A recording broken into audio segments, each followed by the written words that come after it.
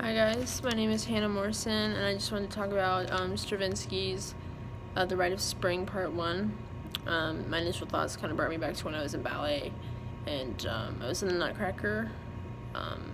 That's a lot of Tchaikovsky, but I would hear a lot of the things we're probably going to study in music and dance, that being the music would kind of enhance the story being told, cue dancers. I would listen for certain parts of the music and try to coordinate what I was doing. So I think that's important to think about when we're listening to this unit of music and dance. With that being said, I would like to talk about harmony, melody, and texture, maybe some dynamics. Harmony, dissonant, melody, disjunct. A lot of the notes sometimes sounded choppy a little bit, maybe in the brass. And I'd like to point out that I think we discussed this in class as well. The melody is more of a horizontal look at the music, whereas harmony is vertical. Just basically trying to decipher what I just said about being dissonant and disjunct. And as far as texture goes, I heard some polyphonic sounds, definitely, especially in the, I believe it was divided into 3 different sections. And then the later parts of the 2 sections, it definitely got, a lot of different instrumentation and different sounds and polyphonic, kind of, those sounds derive from, I believe, Romantic era.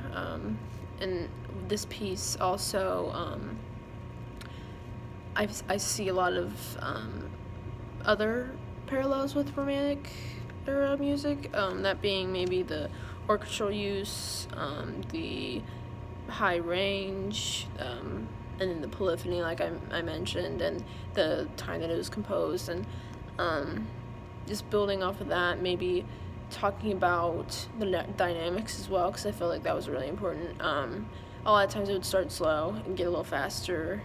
Well, the sound was actually, it would start soft and get louder, but that was in coordinates with the tempo that start slow and they get faster. But ways to describe dynamics, I guess piano or to forte, or I'm not really sure of the specifics, but yeah, I felt like that was important to at least mention.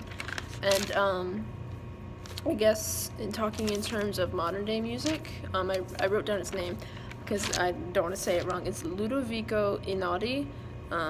I found him on Spotify when I was doing homework one time, and I really liked it because he bases his music, I feel like, a lot of nature, and I feel like he almost tries to build a scene, a lot of elemental pieces, and he uses he does use mostly piano, but I definitely see, and his name is spelled Ludovico, last name Einaudi.